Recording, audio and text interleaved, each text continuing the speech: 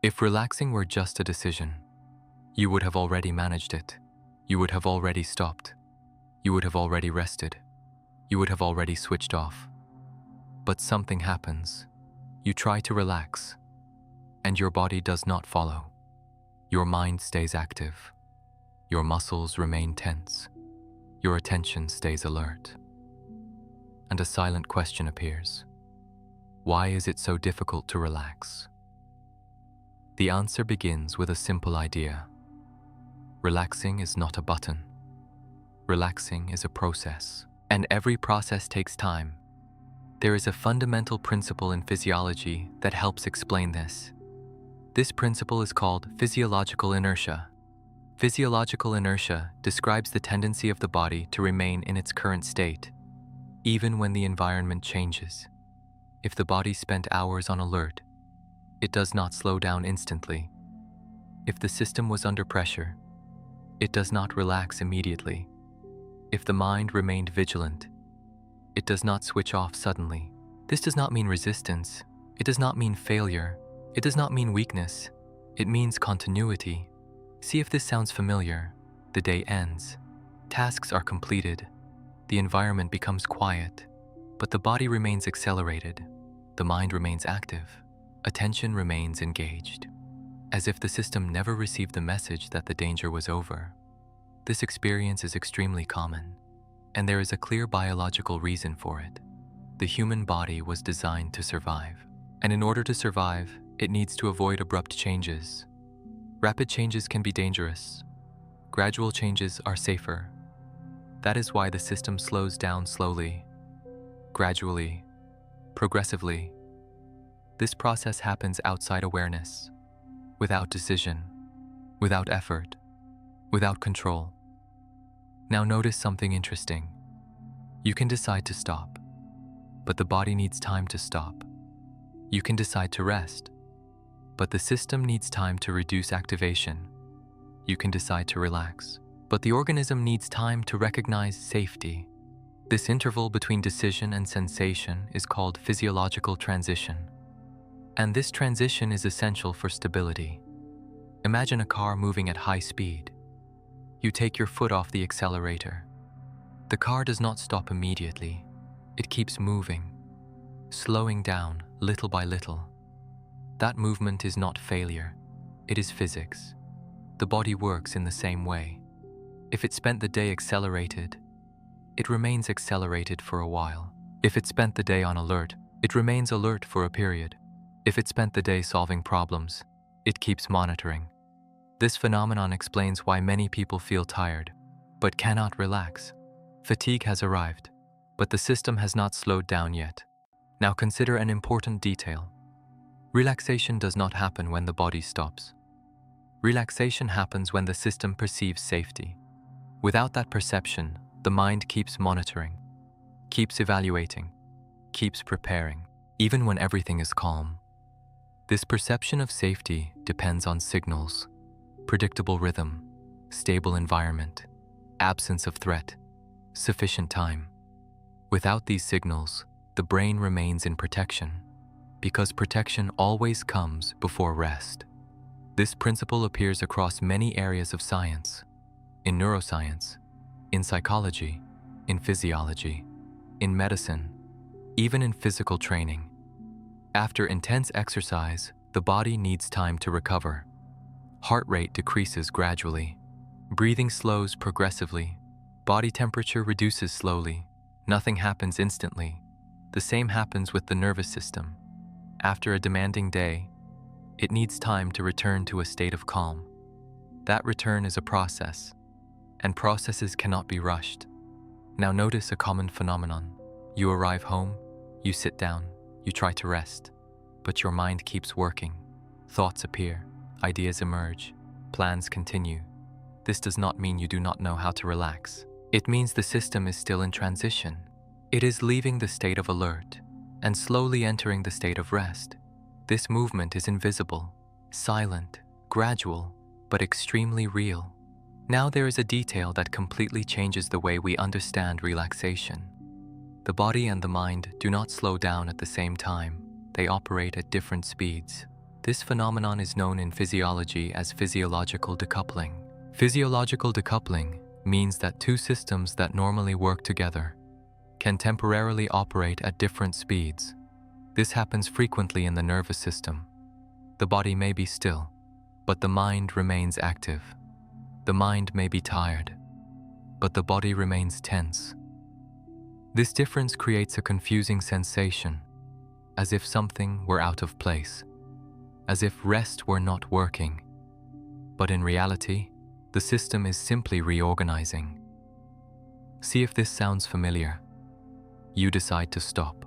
You sit on the couch or lie down in bed. The environment is quiet. Nothing demands attention. Even so, there is internal restlessness, a subtle sense of alertness, a difficulty letting the body release tension. This happens because the body has not yet received all the signals of safety, and safety is not just the absence of problems. Safety is perception, it is interpretation, it is recognition. The brain needs to confirm that the environment is predictable, that the rhythm is stable, that there is no threat. This recognition takes time, especially after intense periods. Now think about something simple. If you spent the day solving problems, making decisions, responding to demands, your system remained activated for hours. That activation does not disappear instantly, it decreases gradually. This process is similar to what happens after physical exercise. You finish the activity, but your heart continues beating faster for a few minutes. Your breathing remains quicker. Your body temperature remains elevated. The body needs time to return to balance. The same happens with the nervous system. After a demanding day, it keeps processing, it keeps adjusting, it keeps slowing down. Now consider a phenomenon that many people notice. The difficulty relaxing does not appear only on difficult days. It also appears on calm days, quiet days, days without pressure, days that seem light. This may seem contradictory, but there is a clear explanation. The nervous system does not respond only to the present, it responds to history. If there was tension in previous days, if there was recent responsibility, if there was prolonged effort, the body remains alert, even when the environment has changed. This behavior is called physiological memory. The body remembers, the system records, the organism learns, and learning influences the present. Now notice an interesting detail. The longer the system remains activated, the longer it takes to slow down. This is not failure, it is biological mathematics. Hours of activation require recovery time. Days of pressure require transition periods. Without that transition period, the body remains in an intermediate state, neither fully alert nor completely relaxed. This intermediate state is known as residual activation, a type of energy that remains in the system even after the stimulus has ended.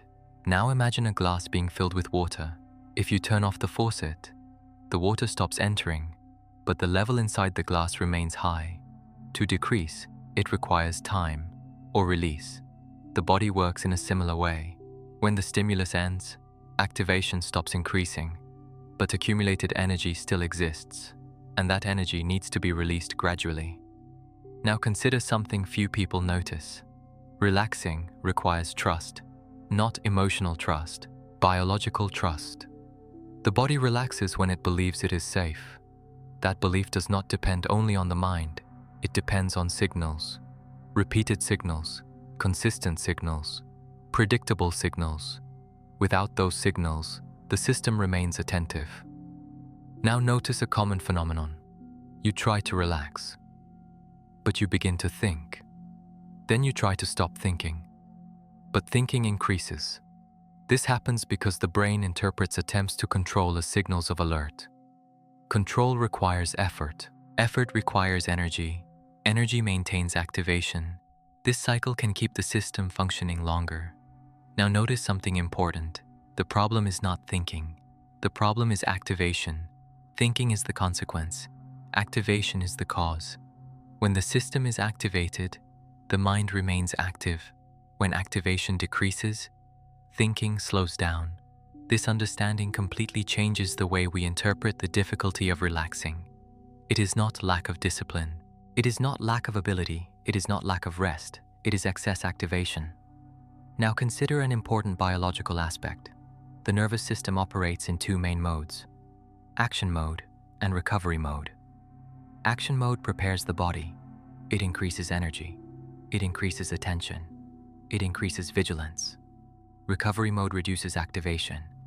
It reduces tension. It reduces effort. It reduces vigilance. These modes do not switch instantly. They transition, gradually, progressively. This movement is called autonomic regulation, an automatic process that maintains balance. Now notice something many people feel, even during moments of rest. There is a sense of readiness, a subtle tension, a quiet expectation. This happens because the system is still adjusting its rhythm, still reducing speed, still evaluating safety. Now think about a simple situation. You arrive home after an intense day. The environment is calm. Nothing demands attention. Even so, your body takes time to relax. This does not mean something is wrong. It means the system is still in transition. Now consider something even deeper. The body does not relax when it receives an order. It relaxes when it perceives safety. That perception is built gradually, through repetition, through experience, through predictability. Now notice an interesting pattern. The more predictable the environment is, the faster the body relaxes. The more unpredictable the environment is, the slower relaxation happens.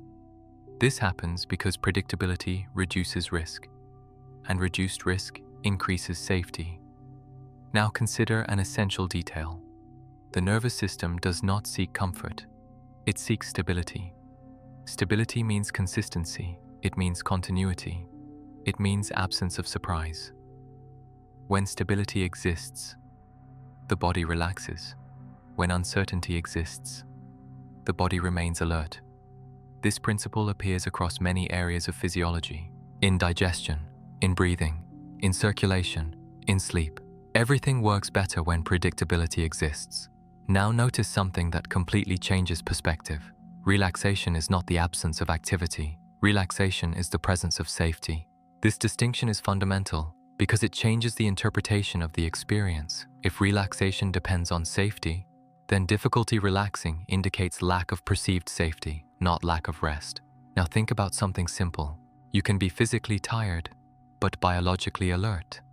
This combination is common, and it explains why some people feel exhausted, but still cannot relax. Now consider another important phenomenon. The brain learns through repetition. If the system spent a long time on alert, it learns vigilance. If it spent a long time under pressure, it learns readiness. If it spent a long time solving problems, it learns monitoring. That learning creates habit, and habit operates automatically. Now notice something essential. The body does not forget quickly. It needs new experiences, new signals, new references to update the pattern. Without those references, it continues using the old pattern, even when the situation has changed. Now consider something many people feel: difficulty relaxing at night, even when the day has ended, even when everything is resolved, even when the environment is quiet. This happens because the system is still active, still processing, still adjusting. Now notice something important. Complete relaxation does not happen in a single moment. It happens in stages. First, the body reduces movement, then it reduces tension, then it reduces vigilance, then it reduces attention. This process takes time, especially after prolonged activation. Now consider one final detail. The body does not resist rest. It simply needs time to trust. And trust comes from repetition. Repetition creates stability. Stability creates safety. And safety allows relaxation. If this idea made sense to you, a natural question begins to appear. Why do some people remain tense, even after long periods of rest? And this is where the most important part begins. There is a detail that completely changes the way we understand relaxation. The body does not relax when you decide. It relaxes when it understands, when it recognizes, when it perceives. That recognition happens through experience, not through thought. See if this makes sense. You can say to yourself, "It's okay." But if the body still perceives risk, it remains alert. This happens because the nervous system works with concrete signals: rhythm, environment, time, predictability, consistency. Without those signals, the mind may believe in safety, but the body does not yet trust, and biological trust is not immediate. It is built. Now notice something important. True relaxation is not an event, it is a sequence of small reductions. First, breathing slows, then muscles release, then heart rate decreases, then attention softens, then the mind slows down. Each step depends on the previous one. Nothing happens all at once. This understanding explains why some people say, "I am tired, but I cannot relax." Fatigue arrived first. Relaxation is still on the way. Now consider something few people realize. The body needs physiological permission to relax, not mental permission, biological permission. That permission emerges when the system detects sufficient stability, stability of environment, stability of rhythm, stability of expectation. Without stability, the system remains attentive. Now think about something simple. If you spent the day solving problems, making decisions, responding to demands, your brain learned that attention was necessary, and learning remains active, even when the task is finished. This does not mean error, it means adaptation. Now notice a common pattern. The longer the system stayed on alert, the longer it needs to leave that state. This happens because the body must adjust multiple systems at the same time. Hormones, breathing, circulation, muscle tension, attention, all of these elements work together, and all of them need to slow down, gradually. Now consider an interesting phenomenon. Some people feel restless when everything is calm, not because there is a problem, but because the system became accustomed to movement, accustomed to stimulation, accustomed to pressure. When calm appears, the body becomes uncomfortable. It looks for activity, looks for tasks, looks for signals. This behavior is known as activation dependence, a state in which the system became used to alertness and takes time to accept rest. Now notice something fundamental. Relaxing is not just stopping. Relaxing is trusting, and trust takes time, especially after prolonged periods of effort. Now consider a quiet question. Why do some people relax quickly, while others take longer? The answer lies in the history of the system. The more experiences of safety the body has accumulated, the faster it relaxes. The more experiences of vigilance the body has accumulated, the slower it slows down. This is not personality. It is physiological learning. Now notice something that completely changes interpretation. You do not have difficulty relaxing. You have a system that learned to remain prepared, and prolonged preparation creates delay in relaxation. That delay is not failure, it is consequence. Now notice the turning point. Relaxing is not a lost ability. It is a process in progress, and processes take time. Now consider something essential. The body does not resist rest. It simply needs enough evidence of safety. And evidence comes from repetition. Repetition creates consistency. Consistency creates stability, and stability allows relaxation. Perhaps the most important realization of all is this. Difficulty relaxing does not mean incapacity. It means transition. A transition between alertness and rest, between preparation and recovery, between vigilance and safety. Now notice the main learnings from this video. You may have discovered that relaxing is not a decision, it is a transition. You may have realized that the body needs time to slow down, even when the mind has already decided to stop. You may have understood that residual activation keeps the system alert, even after the stimulus has ended, or that true relaxation depends on the perception of safety, not just physical rest, or that the body and the mind can operate at different speeds. a phenomenon called physiological decoupling, and that this difference creates the sensation of difficulty relaxing. If any of these ideas made sense to you, write in the comments which concept stood out the most. It may have been a phrase, an understanding, a realization, or a turning point, because clarity often begins when we can name what is happening, and sharing that insight can help someone else understand their own experience. Now a natural question begins to emerge. If the body needs safety in order to relax, if the system remains attentive out of habit, if the mind keeps monitoring even in silence, then why does it sometimes feel as if the brain is still waiting for something to happen? That is exactly the question we will explore in the next video. Why does your brain keep waiting, even when everything is calm?